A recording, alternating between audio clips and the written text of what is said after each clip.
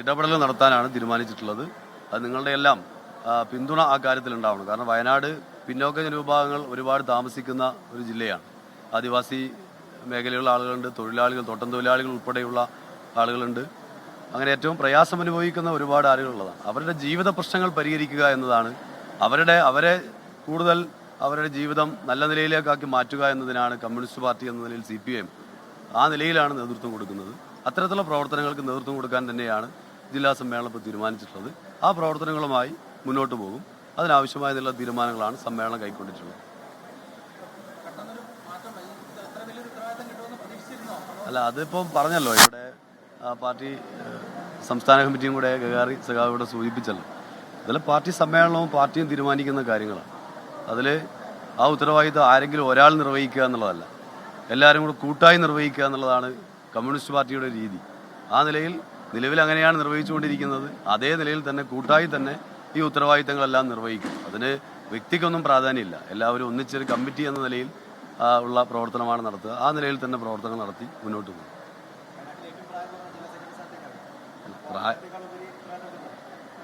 Clear ആയില്ല. അല്ല, പറഞ്ഞല്ലോ, നമ്മൾ കൂട്ടായ നേതൃത്വമാണ്. വ്യക്തിക്ക് പ്രാധാന്യമില്ല. പ്രായത്തിലോ വ്യക്തിക്കോ കമ്മ്യൂണിസ്റ്റ് പാർട്ടിയിൽ ഒരു പ്രാധാന്യമില്ല. പകരം കൂട്ടായ നേതൃത്വം എന്ന നിലയിലാണ് എല്ലാ കാലത്തും കമ്മ്യൂണിസ്റ്റ് പാർട്ടി പ്രവർത്തിക്കുന്നത്. ഇപ്പോഴും അങ്ങനെ തന്നെയാണ്, ഇനിയും അങ്ങനെ തന്നെയാണ്. അല്ല, എല്ലാ വിഭാഗത്തിലുള്ള ആളുകളെയും പാർട്ടി കൂട്ടിപ്പിടിച്ചുകൊണ്ട് തന്നെയാണ് മുന്നോട്ട് പോകുന്നത്. യുവജന മേഖലയിൽ നിന്ന് പാർട്ടി തന്നെ തീരുമാനമെടുത്തിട്ടുണ്ട് പല കമ്മിറ്റികളിലൊക്കെ ആളുകളെ ഉൾപ്പെടുത്തുന്നത് സംബന്ധിച്ച്. പാർട്ടി പുതിയ തലമുറയെ കൂടെ അഡ്രസ്സ് ചെയ്യുന്ന പാർട്ടിയാണ് കമ്മ്യൂണിസ്റ്റ് പാർട്ടി. ആ നിലയിൽ യുവജന പ്രാതിനിധ്യം നല്ല നിലയിലുണ്ട്, മഹിളകളുടെ പ്രാതിനിധ്യമുണ്ട്, ആദിവാസി ജനവിഭാഗം വയനാടിൻ്റെ സവിശേഷമായ സാഹചര്യത്തിൽ പ്രാതിനിധ്യം ഇവിടെയുണ്ട്. അപ്പോൾ എല്ലാവരും ആ നിലയിൽ പ്രാതിനിധ്യം കൊടുത്തിട്ടുണ്ട്. യുവജനങ്ങൾ ഏറ്റവും പ്രധാനപ്പെട്ട ഒരു വിഭാഗമാണ്. ഒരു നാടിൻ്റെ മുന്നേറ്റത്തിനൊക്കെ ഏറ്റവും പ്രധാനപ്പെട്ട വിഭാഗമാണ്. ആ നിലയിൽ യുവജനങ്ങൾക്കും അർഹമായ പ്രാതിനിധ്യം സ്വാഭാവികമായിട്ടും പാർട്ടി ഇപ്പോൾ നൽകുന്നുണ്ട്.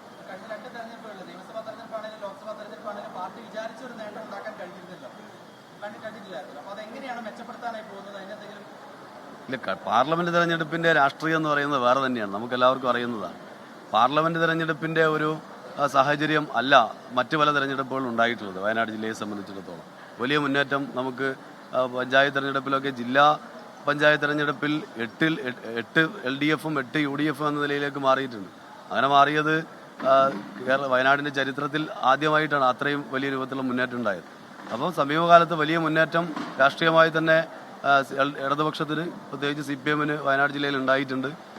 പാർലമെന്റ് തെരഞ്ഞെടുപ്പിലെ റിസൾട്ട് അടിസ്ഥാനപ്പെടുത്തിക്കൊണ്ട് മുന്നേറ്റത്തെ ഒന്നും വിലയിരുത്താൻ വേണ്ടി കഴിയില്ല. കൂടുതൽ ബഹുജനങ്ങളെ പാർട്ടിയുടെ ഭാഗമായി ചേർക്കേണ്ടതുണ്ട്, ഇടതുപക്ഷത്തിന്റെ ഭാഗമായി ചേർക്കേണ്ടതുണ്ട്. അതിനാവശ്യമായ പ്രവർത്തനങ്ങളെ സംബന്ധിച്ചും ജില്ലാ സമ്മേളനം വളരെ കൃത്യമായി ആസൂത്രണം ചെയ്തിട്ടുണ്ട്.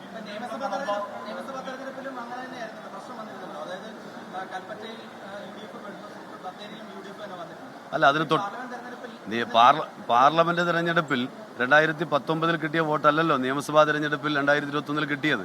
ഒരു സീറ്റ് മാനന്തവാടിയിൽ വീണ്ടും നിലനിർത്തുന്ന സാഹചര്യം ഉണ്ടായി. ചെറിയ വോട്ടുകൾക്കാണ് കൽപ്പറ്റയിൽ പരാജയപ്പെട്ടത്. വോട്ടിന്റെ കാര്യത്തിലൊക്കെ 2019 പാർലമെന്റ് തെരഞ്ഞെടുപ്പിനേക്കാൾ വലിയ മുന്നേറ്റമാണ് 2021 നിയമസഭാ തെരഞ്ഞെടുപ്പിൽ ഉണ്ടായിട്ടുള്ളത്. അതുകൊണ്ട് പാർലമെന്റ് തെരഞ്ഞെടുപ്പിന്റെ രാഷ്ട്രീയം നമുക്കിവിടെ അറിയാലോ. വലിയ രൂപത്തിലുള്ള പണമൊഴുക്കുന്ന സാഹചര്യമുണ്ട്. അതുപോലെ തന്നെ എല്ലാ വർഗീയ കക്ഷികളും ഉൾപ്പെടെ കൂട്ടുപിടിക്കുന്ന നിലപാട് UDFന്റെ ഭാഗമായി സ്വീകരിച്ചിട്ടുണ്ട്. ഇതൊക്കെ നമുക്ക് അറിയാവുന്ന കാര്യമാണ്. അപ്പോൾ അത്തരത്തിലുള്ള ഒരു രാഷ്ട്രീയ സാഹചര്യമല്ല ഇനി വരാനിരിക്കുന്ന തെരഞ്ഞെടുപ്പുകൾ വരുന്നത്.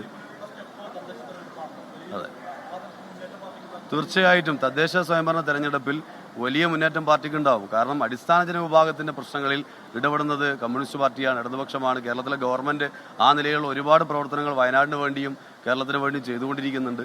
സ്വാഭാവികമായിട്ടും ഏറ്റവും ജീവിത പ്രശ്നങ്ങൾ ചർച്ച ചെയ്യുന്ന രൂപത്തിൽ പ്രാദേശികമായ വിഷയങ്ങളെല്ലാം വരുന്ന രൂപത്തിൽ വരുന്ന തെരഞ്ഞെടുപ്പാണ് തദ്ദേശ സ്വയംഭരണ തെരഞ്ഞെടുപ്പ്. അതുകൊണ്ട് തന്നെ വലിയ വിജയം തദ്ദേശ സ്വയംഭരണ തെരഞ്ഞെടുപ്പിൽ ഉണ്ടാവും. അതിനുവേണ്ടിയുള്ള പ്രവർത്തനങ്ങളുമായി ഞങ്ങൾ മുന്നോട്ട് പോകും.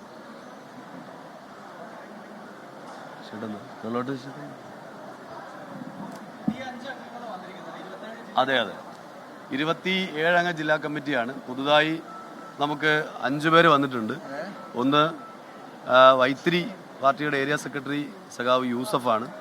മറ്റൊന്ന് മീനങ്ങാടി പാർട്ടി ഏരിയ സെക്രട്ടറി കുഞ്ഞുമോളാണ്. മറ്റൊന്ന് CITUവിൻ്റെ എല്ലാം നേതൃത്വത്തിലുള്ള ബത്തേരിയിൽ നിന്നുള്ള സഖാവ് PK രാമചന്ദ്രനാണ്. മറ്റൊരാൾ CITUവിൻ്റെയൊക്കെ നേതൃത്വത്തിലുള്ള മാനന്തവാടി എന്നുള്ള സഖാവ് DK പുഷ്പനാണ്. കോട്ടത്തറ ഏരിയയിൽ നിന്നും KSKTU പ്രവർത്തനങ്ങൾക്ക് നേതൃത്വം കൊടുക്കുന്ന പഞ്ചായത്ത് പ്രസിഡന്റും വൈസ് പ്രസിഡന്റിനൊക്കെ നേരത്തെ പ്രസിഡന്റായിരുന്നു, ഇപ്പോൾ വൈസ് പ്രസിഡന്റാണ് PM നാസറാണ്. അപ്പോൾ ഈ 5 പേരാണ് വന്നിട്ടുള്ളത്.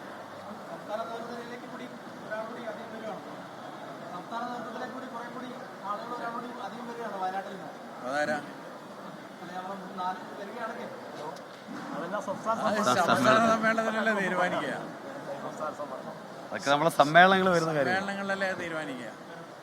അപ്പൊ നിങ്ങളെല്ലാവരുടെയും ഈ വയനാടിന്റെ വിഷയങ്ങളിലുള്ള പ്രവർത്തനങ്ങൾ എല്ലാവരുടെയും പിന്തുണ ഉണ്ടാവണം, അതാണ് അഭ്യർത്ഥിക്കാനുള്ളത്.